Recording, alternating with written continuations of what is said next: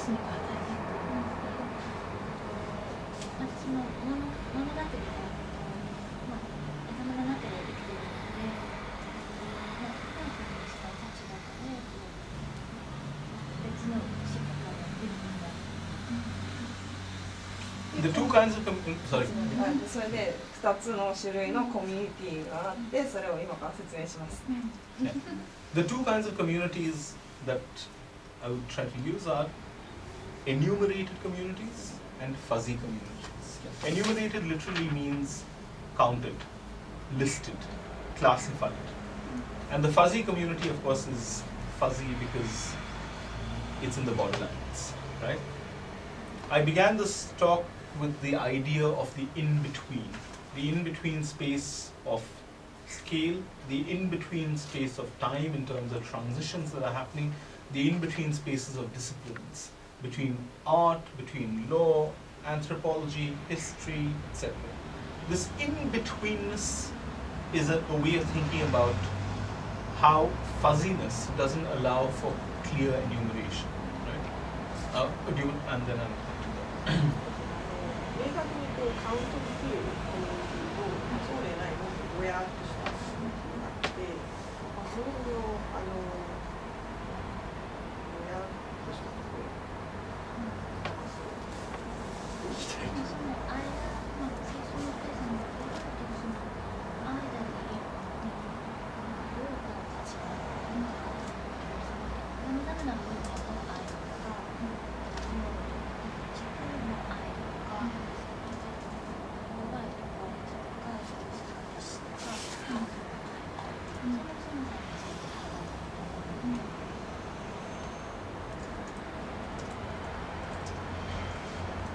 とか、隙間というか、これとこれっていうものの間っていうのが、とにかく大事なんだと思ってる。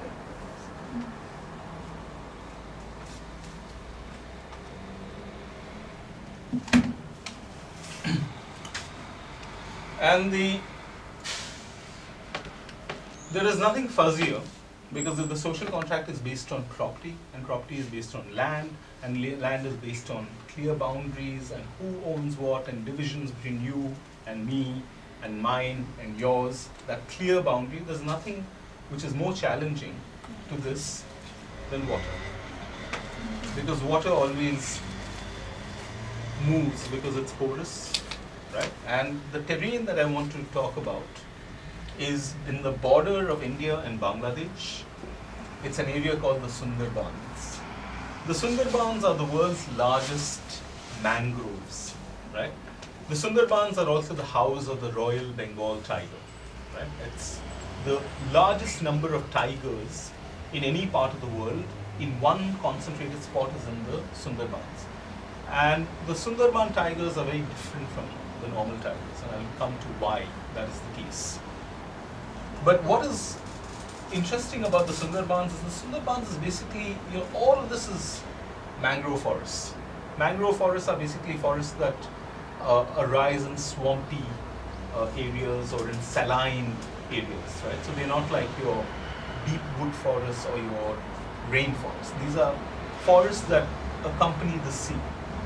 And the terrain is really, oh sorry, you want to? 間ってこう述べる話が例として、インドとバングラデシュの間にあるマングローブ地帯に住んでるバンっていう、そこに虎がいっぱいいる。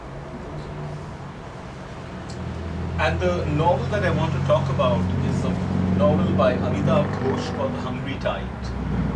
And it's called The Hungry Tide for a particular reason. Because the terrain of the Sundarbans, there are two tides, the morning tide and the evening tide. And Sundarbans is marked by a whole range of little islands, except that there's no fixity. Every morning, the tide comes, washes away one part of an island, creates another island somewhere. Every evening, the same island is washed away and created elsewhere, right? So the hungriness of the tide is in its insatiable desire to rework and rewrite boundaries. every day it changes topography, right? So, 地形が毎日変わるそうです。要はその水の流れによって朝と晩と時間に変わったりするんですけども、その境界というものが日々変化していく、そういう場所。many people, if you will ask them, that if you haven't come to India, they'll always, the popular spots are like the Taj Mahal, Delhi. I mean, all of that is fine, but you can see that on Google. I would highly recommend going to the Sundarbans because it is not an experience you can get from Google. It is scary, it is eerie, because you know that, you're in the water and there are many tigers swimming around. That's what's different about it. But anyway, that's an aside. So let me describe from a passage from Amitabh Ghosh describing the topography, right? Where he says, there are no borders here to divide fresh water from salt, river from sea. The tides reach as far as 200 miles inland, and every day, thousands of acres of forests disappear underwater only to re-emerge hours later. The currents are so powerful that they reshape the islands almost every day. Some days the water tears away entire promontories and peninsulas. At other times it throws up new shells and sandbanks when there was none. So just think of a completely shifting landscape. The one thing that we think of in terms of fixity is landscape. And here is a landscape that is entirely redrawn every single day. Yeah? もう住んでるが毎日の本当に地形が変わっているのは海水と、水の区別もなく、とにかくもう森が海とか水でこう埋まってしまったりとか、とにかくそんなことを毎日のように起こっているらしくて、とっても行ってみると恐ろしいところだそうです。でもおすすめだそうです。そうおすすめだそうです。なんかデリーとかタージマハルとかみんなが行くようなところよりむしろ余談だけど好きだし。The other place where you can encounter a small version of this is of course the beach, right? And the beach again, where land ends, where water begins is unclear. But you think of a space which is, in the beach you know that there is still a fixity of that spot where land and water can merge. But this is a space which is redefined every single day.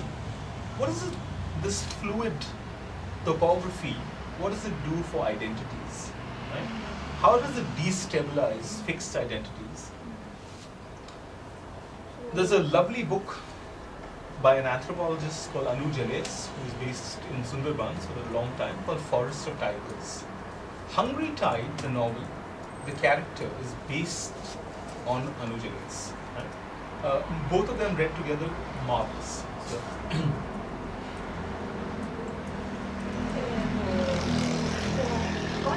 地形が再定義されるっていう軽有な場所のアイデンティティっていうものにどういった影響があるのかっていうのを、その側について書いている人の例に挙げて紹介したいと思います。So Anujale says when you have a topography like this, everything goes for a toss. So buses that go to places, for example, she describes, she says, the place feels crisscrossed by different lines of communication projecting in different directions, much like these rivulet kind of things, right? So they're all completely because that map itself is a stupid map. Tomorrow it will change, right? So this is a place feels crisscrossed by different lines of communication. Buses leaving from Kolkata or Calcutta call out Basanti or have Basanti written on their windows when technically they're going to Shonakali. At Basanti, auto rickshaws or cycle walas or cycle drivers call out Godkali, which is at the end of Basanti, right? But they are going to Gosaba, which is the next destination by boat. You don't have to translate this literally, but to just give a sense of it. At Gosaba, cycle vans will call out Dayapur when they're going to Arampur. It seems as if the limits of an island, ever susceptible to the disappearances, are never really demarcated by their own perimeters, but by the edges of islands right across. So do you mean that one day Yeah. You want to go to point A, Yeah. but point A is underwater, so you have to go to point B. Yeah, and also like where point A ends and where point B begins gets redefined the next day. So here, if I am very clear that the station stops at, these are delineated stations. If this was a water kind of, you know, in the Sundarbans, then it has shifted that entire island away. So there is no point E, right? So there's an entire kind of a dislocation that happens of people, of places, and we'll come to the beast. その行く場所っていうもの自体がなかったり、その方向性っていうもの自体が曖昧になるので、日本みたいにこう西荻窪、荻窪、阿佐ヶ谷、高円寺ってこう常にこう電車がまっすぐになって止まるっていうようなそういう感覚ではいられないっていう場所です。 Now, here is your challenge, right? Living in the Sundarbans is obviously super difficult. Why? Because agriculture is not possible in the classical way. Because land is not fixed. But if life is tough for human beings, it's even tougher for the tiger. Why? Because tigers are territorial animals. So tigers control approximately a radius of anywhere between 30 to 60 kilometers, depending on how many tigers are there in an area. And they mark the area by peeing and the marking of their spots. And they are fiercely territorial, right? So what does a tiger do in the Sundarbans when there is no ability to mark your spot? 縄張りを作って行動する動物が虎なんですが、住んでる番ではそれが可能にはならない。どういうふうに行動するのか説明したいです。 And that's what distinguishes the Sundarbani tigers from ordinary tigers, because the Sundarbani tigers are champion swimmers and they are natural man-eaters. In a traditional forest, a tiger becomes a man-eater only after it has grown old, right? Or it cannot hunt any longer. That's when it becomes a man-eater. The Sundarbans tigers, which is what makes Sundarbans such a dangerous place, is that they are natural man-eaters. The reason being that there is no hunting. There is only fish and there is only humans, right? So Sundarbani tigers are fiercely scary because of the fact that they can swim and they are man-eaters. Which means if you're on a boat, normally that would have been a protection from predators apart from, let's say, or predators of the sea. But in the forests, that's not a guarantee any longer because half the time it's this problem of the tiger coming in and getting you. Yeah. 普通トラっていうのは人はあんまり噛めない。まあ成人じゃないのか。大人になってから狩るようなことしないんですけど、住んでるバーに住んでるトラは元から人を襲って食べます。人と魚しかいないからです。 But the tiger is not just an animal. The tiger is the narrative. I go regularly to the forests. I go around 4 times a year into the forests.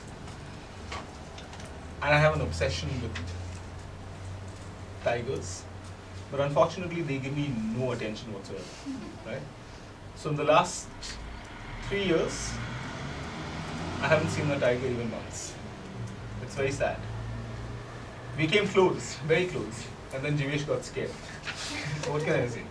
I'll tell you that story later. But anyway, the point being that the idea is that... He's very brave. Hmm? He's very brave. No. It becomes an obsession after a while. That's So, true. yeah. So the tiger is a story that one tells. So what is the story that they tell of the tigers in Sundarbans? There are different kinds of stories. One story that they tell about why the tigers in Sundarbans are natural man-eaters. There are many theories, but the main theory is because since there's no fresh water and they have to drink saline water, the only way which they can balance the salinity is by humankind. Right? So there's a desire, because they have to balance, it's just insane. There is no freshwater source at all.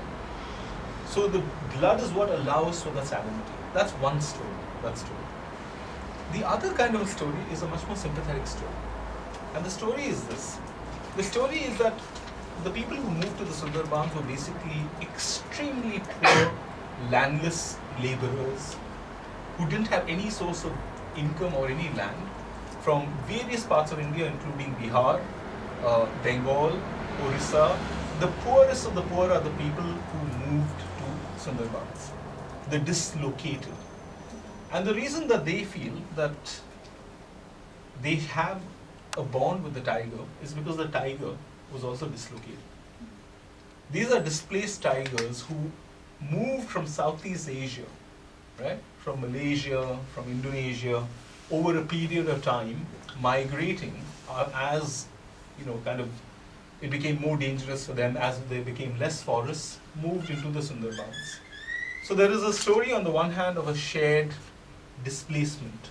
So they say that the reason that the tigers and the humans in this case have such a lot in common is because they live under the harshest conditions, and hence the tigers have a human quality of compassion. なんか2つ、物語みたいなものがあって、結局海水の中にいる虎はどういうふうに自分のその体の中で、成分的バランス取るかっていうと、人の血を取り入れることによって、自分の中のバランスみたいなのを取るみたいな。要はその虎に対してのそういう多分恐怖心みたいなものを喚起するような物語もあるし、もう一つっていうのはもうちょっと同情心あふれるようなものっていうのがあって、結局インドとかその周辺地域の中でも住んでるバーに住むっていうこと自体がかなりなんていうか排除されてたどり着いたところが住んでるバーっていう地域で、人々はこんなとこ住みたくないのにって思ってるかどうかわかんないですけど、迫害されてその地に着いた。で虎っていうのも同じような迫害されたからここに着いたっていうふうに同情心を持って人々が見るっていうような物語が一方である。要はバンガロールとか他の地域にももちろん虎はいるんだけれども、なんでこういうふうな環境の悪いところに虎がいるんだろうっていうふうに住んでる人が同情心を持って見るっていうこともあるらしい。So this story of compassion also spreads to other areas, including social relations. So one of the stories about the Sundarbans is that unlike land, which divides people by creating hierarchies of ownership, the forests and the Sundarbans unites people by having a shared vulnerability. It doesn't matter whether you're Hindu or Muslim in the Sundarbans, because you have to work together, right? There may be Muslims who are honey gatherers, and there may be Hindus who are, let's say, fishermen. But when you're going into the forests, the sheer peril of it requires that you work together. So there is an ethos of equality, and in fact, there's a really remarkable experiment that was carried in Sundarbans. The first major egalitarian utopia that was attempted in the late 19th, early 20th century in the Sundarbans, where landless people were brought and said, the condition for your coming here is you have no religion, no caste as your background, right? So that's a separate story, I won't go into that. But the nature of the forest, because of this liminal zone that it is, neither land nor water, etc., becomes the basis for the erasure of the traditional social markers. So what you have emerging is a very different idea and a different possibility of personhood. In other words, what is the kind of a social contract that one can imagine from this liminal space, not from land?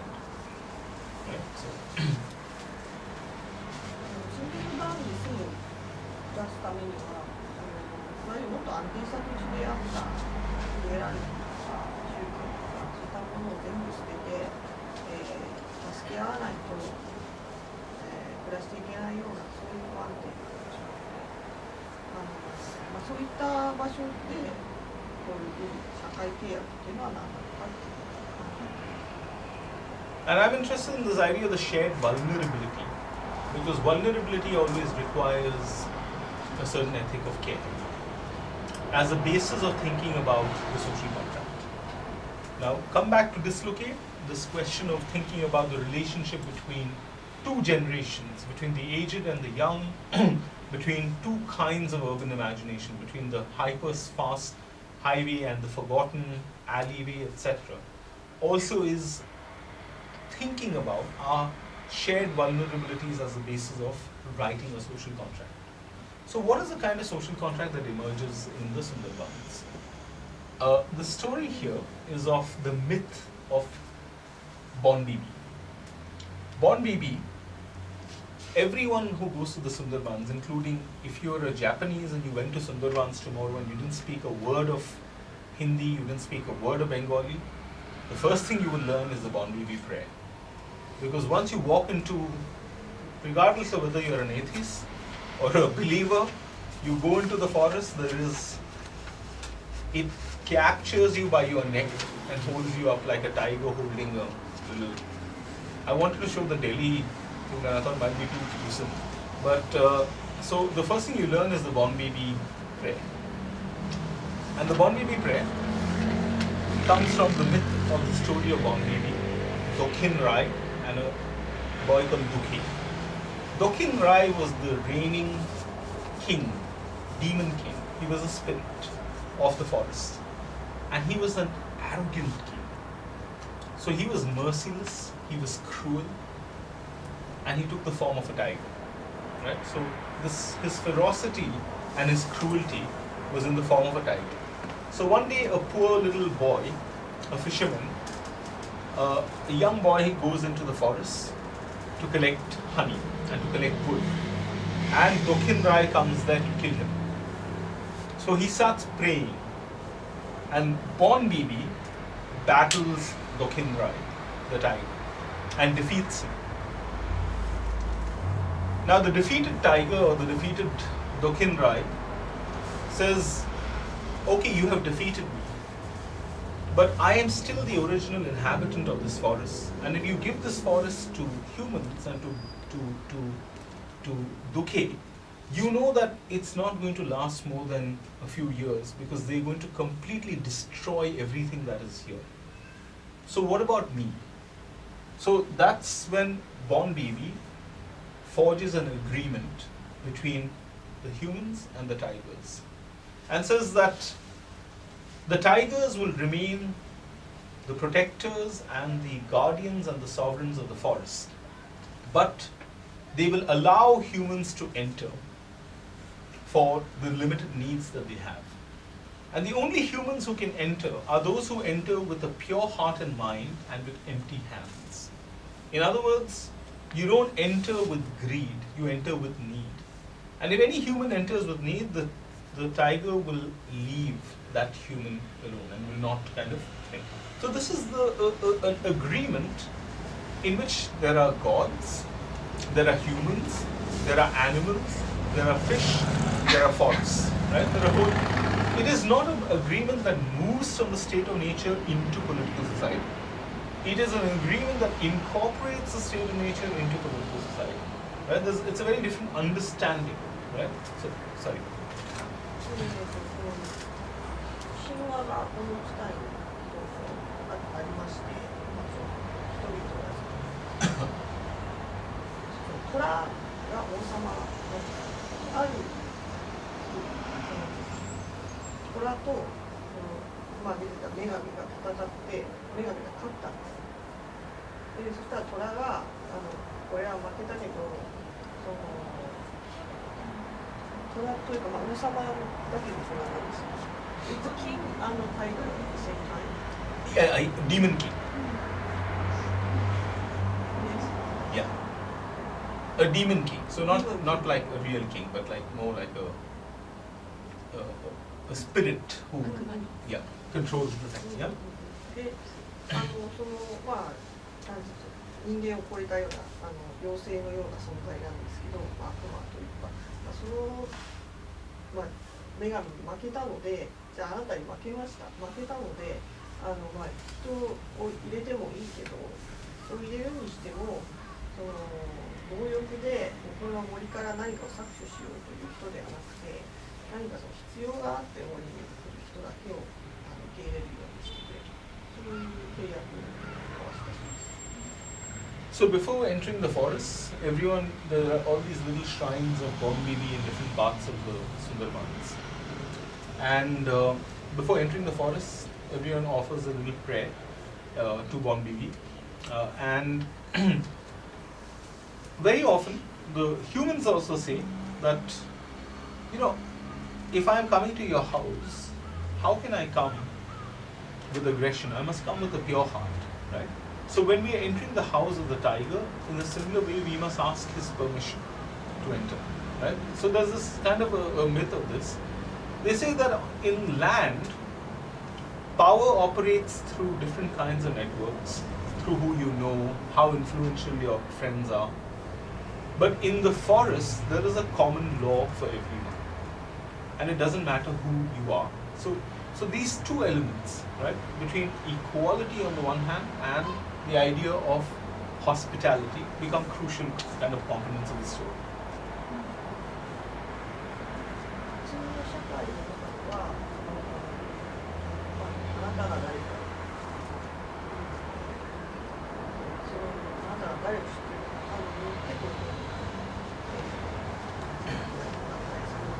森っていうのは単純な本質に支配されていて、まあその女神に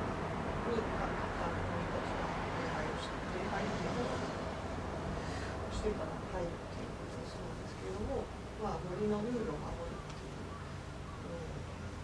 それを守るということが唯一というか。 But this story, which has relative equality of everyone in the social contract, has changed dramatically. And it started changing in the 70s, which is why I say the tiger is not just an animal, the tiger is also a story. What happened in the 70s? What happened in the 70s was an entire large numbers of people, 4,000 people after a drought, started moving to the Sundarbans and settling into the Sundarbans, right?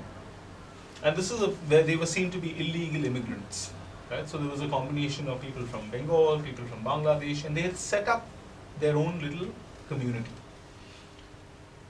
The government at that point of time had just started the Tiger Project because Indira Gandhi, the Prime Minister, was very fond of tigers. She in fact had tiger as a pet.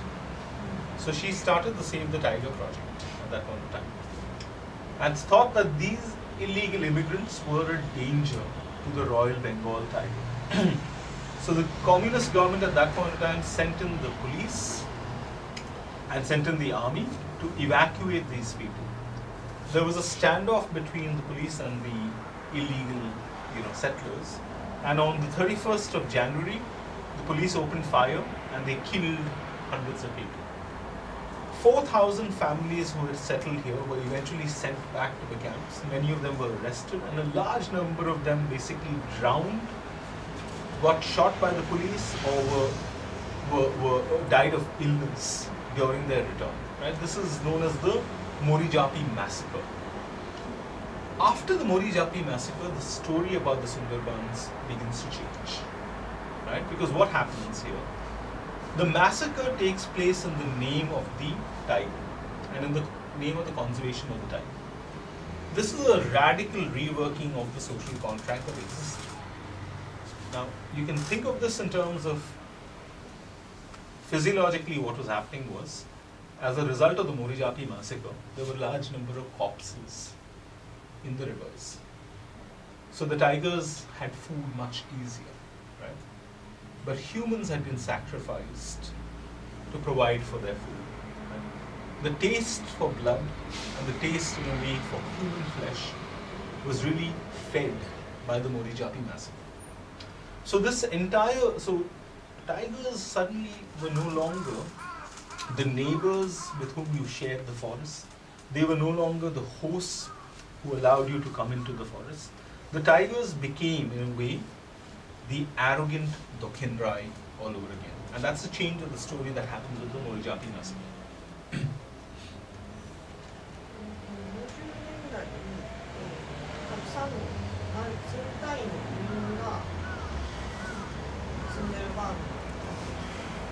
そこに住み着こうとしたんですけれども、その当時のが大好きで、セーブ・ザ・タイガープロジェクトを行ってました。でそれによって人が来ると生態系が破壊されることによって、虎を守らなきゃいけないということで移民を追い出したり殺したり逮捕したり、そういったことが行われました。でその中でいろんな